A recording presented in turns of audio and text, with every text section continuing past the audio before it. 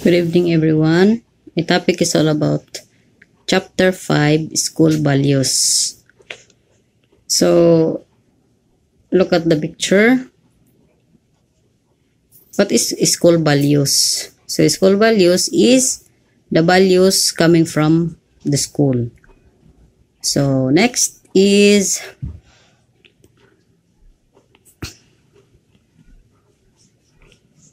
school as institution. Okay, the place or the school is the place of an institution where a person obtain training as regards to his or her character building, personality development, and ultimately professional career.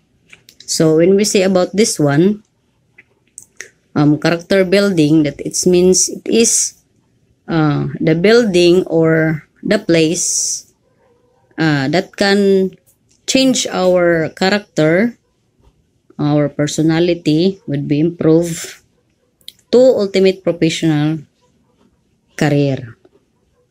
So, ibig sabihin, yung eskwelahan, yung school natin ay yung lugar kung saan doon tayo matitrain for our character, values, education, or paano tinuturuan tayo ng mga teacher natin the proper behavior in the school.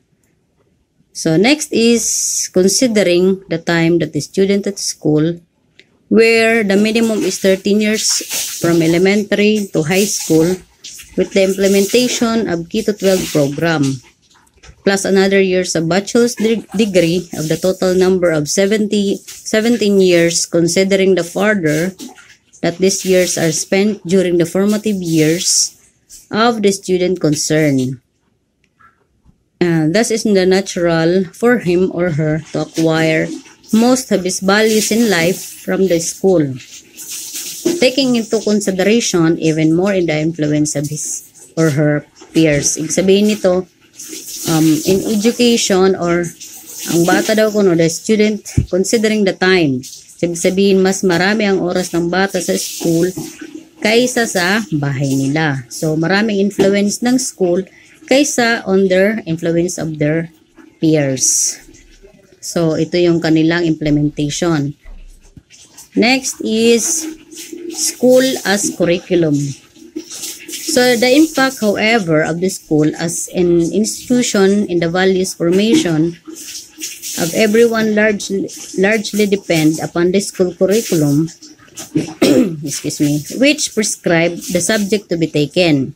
Indeed, the school curriculum determine the values which most of the students obtain as the product of said institution. So, this example of this is if the person or the student make a mistake from that school, so ibig sabihin is the product of the institution, nakatatak mismo kung saan galing yung bata na yan, saang eskwelahan ang nagrambulan dyan, o this institution or this school is also said as the product of that person or the student. Kung anong ginawa ng bata, ibig sabihin nitong bata na to, where sa kaninong values siya nakakuha ng ganitong klase ng character niya. Ibig sabihin, hindi ka ba na tinuturuan ng teacher mo na bawal yan, ng ganito, ganyan. So, from that is the product of the school. So, next is moral and ethical aspect. So, thereby, every curriculum must be judged as to whether the same as good or bad according to its end result in the term of school products, whereby the same have brought on or not improvement to their life as well as to the lives of other people. So, ibig sabihin, pag may, for example, this one is, this boy or this graduates cum laude. So, this means that this product of the school is gives development of the students institutions give more productive kind of student. So, magagaling magturo ang mga teacher dito. Okay, next is this one. These pictures, the reason is obvious. Education as a discipline is aimed to improving the lives of the people. So much to that, when the majority member of the society had been languishing poverty, the influence of the few, then the general says the curriculum can be considered not responsive to the needs of the Filipino people and therefore worth reviewing and replacing. So this means that there are more Filipinos in the society who amidst the poverty. So ibig sabihin nito, mas marami pa rin mga hirap na mga Pilipino kahit na nakakapag-aral na rin sila. So look at this picture. Nasa mga kali-kali na sila. This also the education try to discipline of these lives of the people to improve the lives of these people. So gusto ng curriculum na i-discipline yung mga may hirap paano maging matatag sa buhay nang hindi nagnanakaw ng mga ganito, pumapatay, and think normal and disciplined person, not throwing everywhere their waste, not eating or selling bad items. This also the impact of poverty. Next is family orientation. Filipino-oriented, the school curriculum should be the one that gives emphasis on Filipinism. So, example, paano magiging magka-Pilipino or isip ng pagiging Pilipino, maging proud to be a Filipino. This is one that creates toward political independence, especially in our foreign policy, particularly from the influence of the United States of America or the USA. And more to school curriculum that gives emphasis on the Philippine economic development that is anchored on agro-technology, being an agricultural country. So this means that Filipino should do the best as he can be. So Filipino cannot do the things that can improve as or in the Philippines. Gusto ng curriculum na iangat ang pamilyang Pilipino. Not even influenced by other countries. So magkaroon na tayo ng sarili nating curriculum. Sana nga itong Keto 12 ay hindi galing doon sa mga influence ng other states. Okay, next is legal aspects. So the school curriculum, however, is matter of legislation.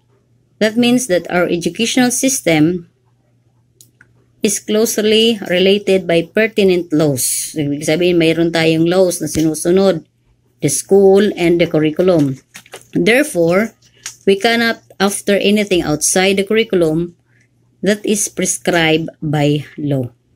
So, for this reason, we ought to know the laws being the core of school values that every student of the school personnel must acquire in order to harmonize our character with what we learn and believe within the school premises. So, kung ano yung school premises natin, dun lang tayo.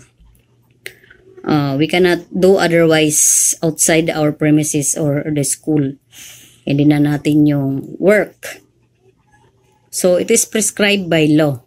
So, the student and the teacher should be relate in harmony. Okay, next is the constitutional provision on education. So, this one is in 1987 Philippine Constitution, Article 14, Education the constitutional provision on education. So this one is in 1987 Philippine Constitution, Article 14, Education, Science and Technology, Arts, Culture, and Sports, stated in Section 1 that the quality education, this one, what is the quality education? So, tinuturuan mga bata nung kalidad ng edukasyon. So, the state shall protect and promote the right of all citizens to quality education at all levels. So, from kinder to graduates, masteral, doctoral, must acquired quality education. So next is, the state shall take appropriate steps to make such education accessible to all. So this K-12 mission is to accessible to all, either in the planned area, must access the education.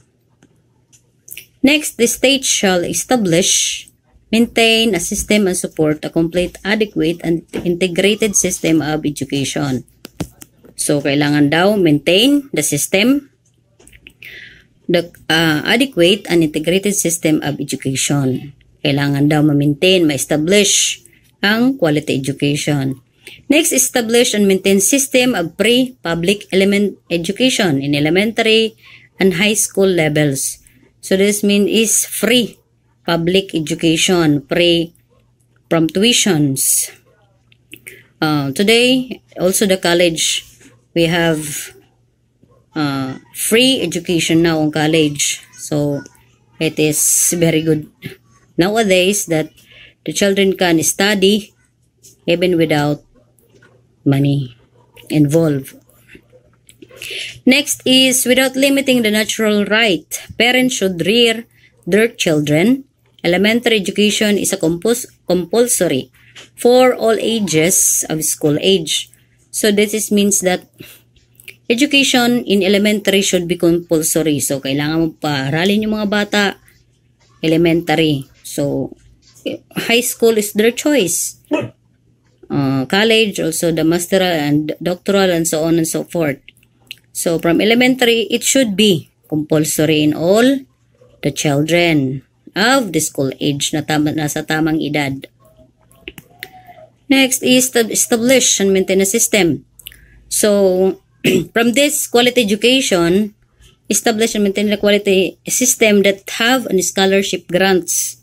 So, maraming mga scholarship grants, students loan, program, subsidies like for peace, mga may hirap, binibigyan ng ayuda, and other incentives which shall be available to deserving student in both public schools, especially to the unprivileged. So, ibig sabihin, yung mga walang kaya, binibigyan ng ayuda ng gobyerno na makapagtapos.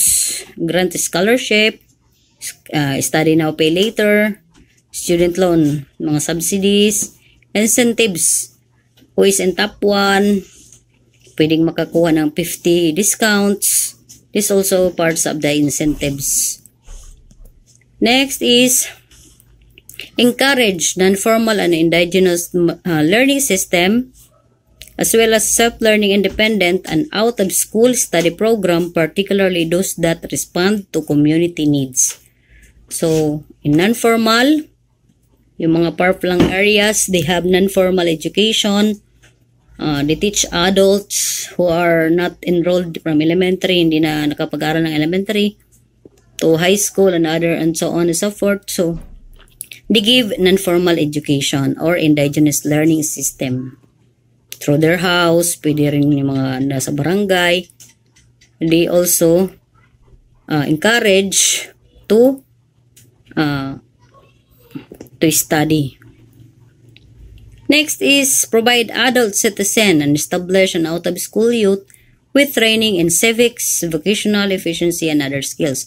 So this means that mga bata, mga ALS, out-of-school youth na sila. So they train in TESDA, in ALS, to make a productive or a good citizen.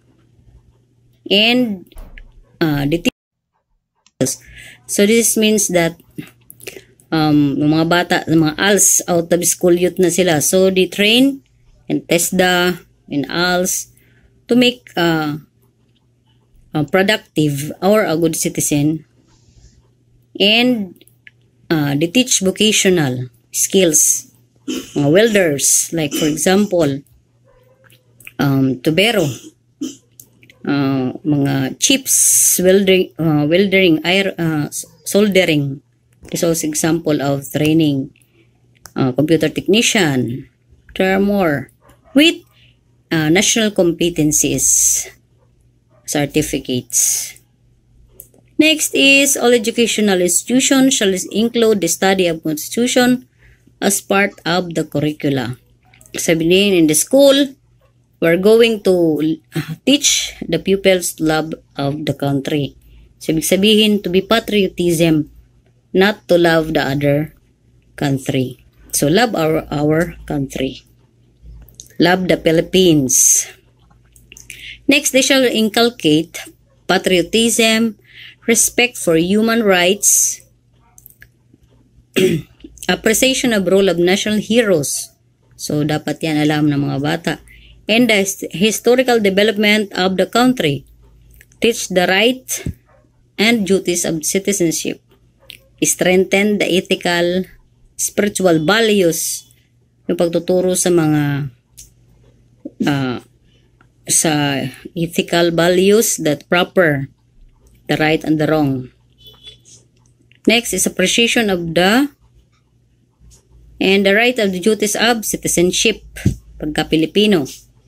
Strengthen the ethical and spiritual values. Sinuturo sa mga school yung catechism, spiritual values. Also, develop more moral character and personal discipline. So, discipline ng mga bata na wag ganito, wag ganon, dahil it's bad, it's like this. Encourage critical and creative thinking.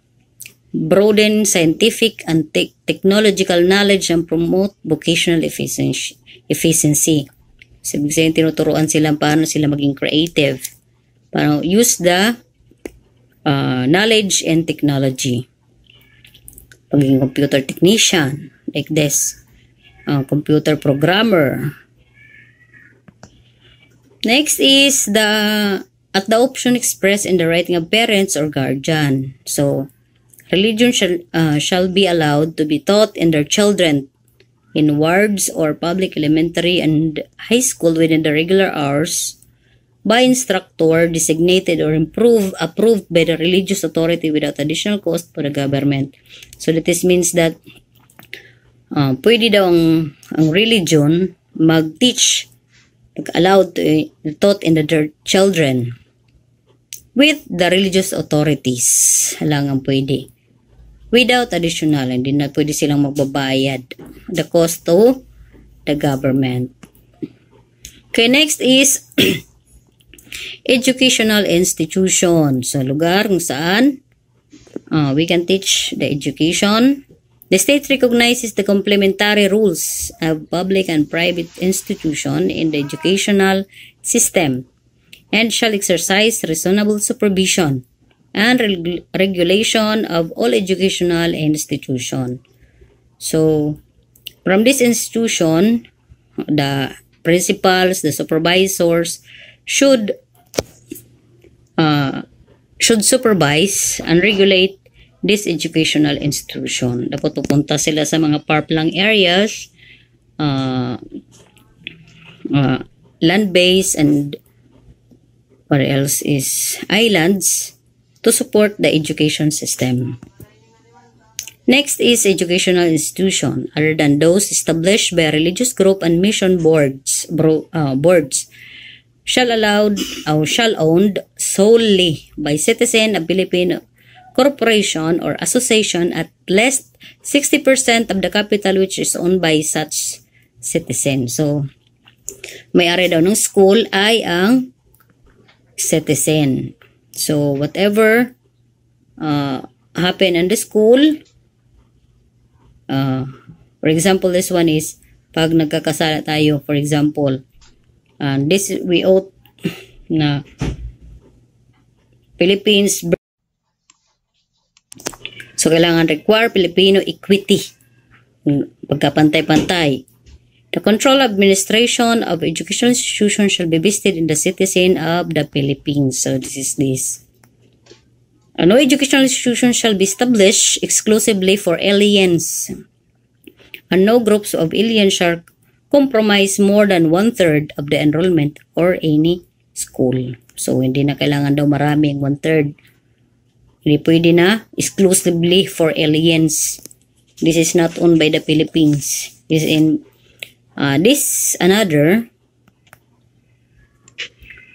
This provision of paragraph 5, however, the above stated shall not apply if the school established for foreign diplomatic personnel and their independent unless otherwise provided by law for foreign temporary residents. So this one is also mayroong mga school na diplomatic personnel. So let's depend. It provided by the law na pwede sila kanila lang school. Next is all revenues and assets of non-stock, non-profit educational institution used actually directly and exclusively for educational purposes shall be exempt from taxes and duties. So this one is if you can give this exclusively for educational purposes. Kung para sa school, you're exempt from taxes and duties. Next is, upon the dilution or cessation of corporate existence of such institutions, their assets shall be disposed of the manner of provided by the law. This means that kung mayroong mga is provided by the alien only, or only alien are exclusive for the alien, so pwede sila, this asset should be disposed by provided by the law. Proprietary educational institutions, including those cooperatively owned, may likewise be entitled to such exemption subject to limitation provided by law, including restriction or dividend of the provision or reinvestment. So, ibig sabihin, may mga cooperatively owned proprietary educational institution that give assistance to education is meron silang provided exemption subject to limitation. Meron silang limitations provided by law, including restriction or dividend of provision or reinvestment. So, meron silang mga reinvestment, exemption, meron silang mga if they help on the school.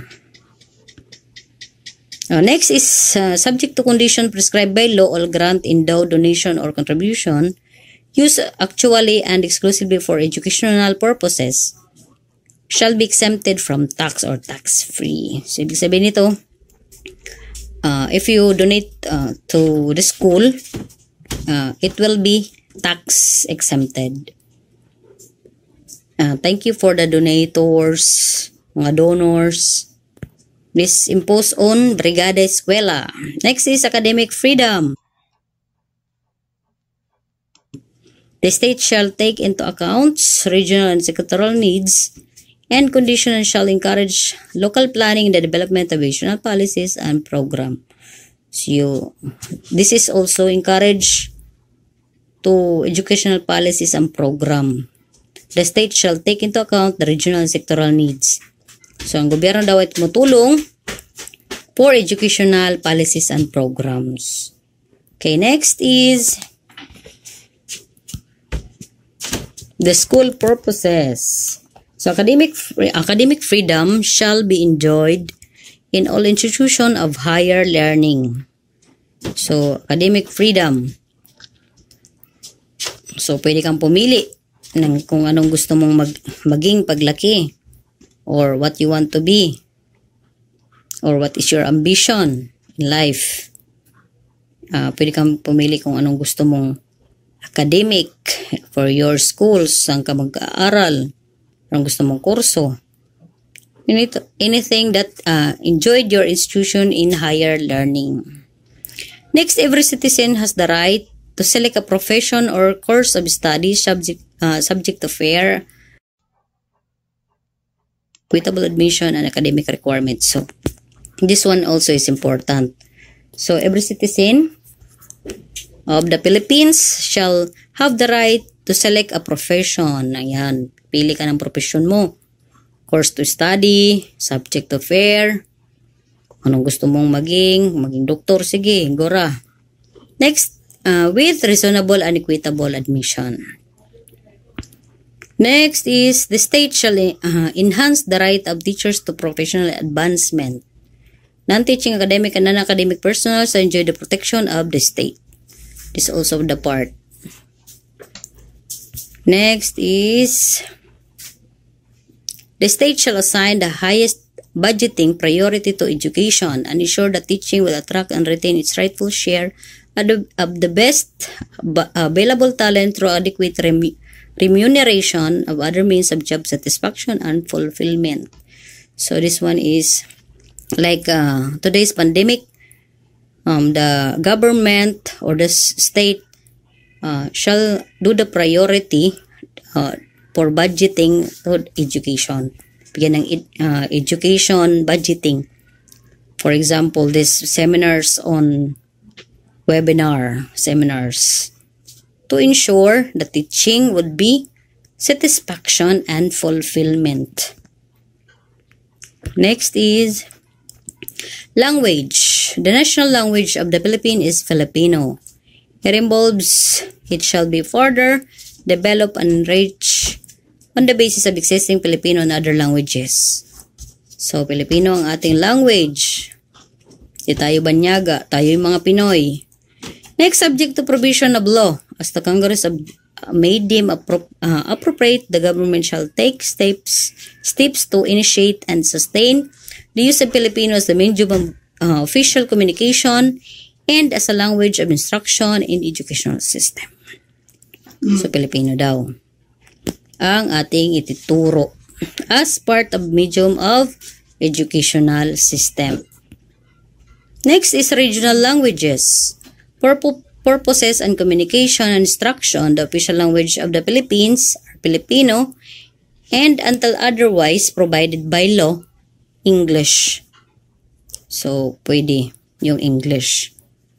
The regional languages are the auxiliary official languages in the regions and shall serve as an auxiliary media of instruction therein. So, pwede rin yan ang other languages, but provided also by the law or the curriculum. Spanish and Arabic shall be promoted voluntary and optional basis. Pwede. Then, Constitution shall be promulgated in Filipino and English and shall be translated into major regional languages like Arabic and Spanish. So, pwede ang Filipino and English. National Languages Commission, the Congress shall establish a National Language Commission composed of representatives in various regions and disciplines and shall undertake, coordinate, and promote researches for the development and propagation and preservation of Filipino and other languages. So, iko-conserve ang Filipino. Magsalita ng Pilipino. Do Filipino and deed of the Filipinos like. Next is science and technology. National development, science and technology are essential for national development and progress. The state shall give priority to research and development, intentions, innovation, and other utilization and to science and technology, education, training, and services. So, ibig sabihin ito, ang science and technology or the national development give priority on the research personnel and give development, the inventions for the public safetyness. Ini-ensure nila yung mga trainings and services. They give training and services free. Give priority sa mga talented and intelligent personnel.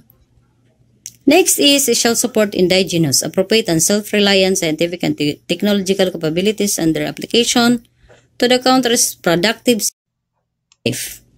So, yung sinabi ko na nga, they are prioritized for the research and scientific research and their works. Pinoprotektahan or binibigyan ng prioridad ng gobyerno ang kanilang mga gawa, kanilang mga inventions, mga science research. Next, incentives. The Congress may provide incentives including tax deduction to encourage private participation in program basic and applied scientific research. So, binibigyan nila ng mga incentives or tax deduction. Next is scholarship, grants and aid, or other forms of incentives shall provide to deserving science student, researcher, scientist, inventors, technologists, and special gifted citizen. So, mga inventors dyan. So, you can give incentives for your accounts. Next is technology. The state shall regulate and transfer and promote the adoption technology from all sources from the national benefit. So, nakabento ka ng anti-COVID, you give award and give a tax free. Bigyan ka ni Duterte ng million for your inventions. Next, the state shall encourage the widest participation of private groups, local government and communication-based organization, the generation and utilization of the science and technology. So, mga private groups in-encourage din, sumali, mag-research, mag-invent. The state shall protect and secure the exclusive rights. So, this also, the scientists and artists and other gifted citizen to their intellectual property. Pinaprotektahan ng gobyerno ang kanilang mga creations because this is beneficial to the people and provided by the law. Next is arts and culture. The state shall foster preservation, enrichment, and dynamic evolution of Filipino national culture based on the principle of the unity and diversity, the climate of free artistic and intellectual expression. This arts and culture should preserve and enrich by the Filipinos. Hindi natin pwedeng kalimutan ang culture ng Pilipino o kultura ng mga Pilipino. Next is cultural heritage. The arts and letters shall enjoy the patronage of the state. Pwede itong natin pwede tayong pumunta doon, mamasyal, to familiarize, conserve, promote the nation's historical and cultural heritage and resources, and as well as the artistic creation. Doon, pwede natin puntahan natin para ma-familiarize natin yung mga national or nation's historical area, mga tourist spots. There's also parts. Next is cultural treasures. All the country's artistic and historic wealth constitute the cultural treasures of the nation and shall be under the protection of the state, which may be regulate its disposition. So, ibig sabihin, lahat mga yaman ng bansa, kultura, ay protection of the state. Pinaprotektahan ng gobyerno. So, kahit ano dyan, butil ng perlas, ay pinoprotektahan ng gobyerno. Lahat. Makaluma man yan, makabago, ay poprotektahan ng gobyerno. Next is cultural communities. The state shall recognize, respect, and protect the right of indigenous cultural communities to preserve and develop their culture, tradition, and institution. And it shall consider these rights as formulation of national plans and policies. So, dapat daw yung mga ganito, mga kaita, we are going to recognize and respect. Not for them, mga baluga or something that you cannot, hindi mo sila ida-down o pagsasabihan ng kung ano-ano. Okay, there is the part of their culture. Next is cultural opportunities. The state shall ensure equal access cultural opportunities through the educational system, public or private cultural entities, scholarship grants and other incentives, and community cultural centers and other public venues. The state shall encourage and support researches and studies on art.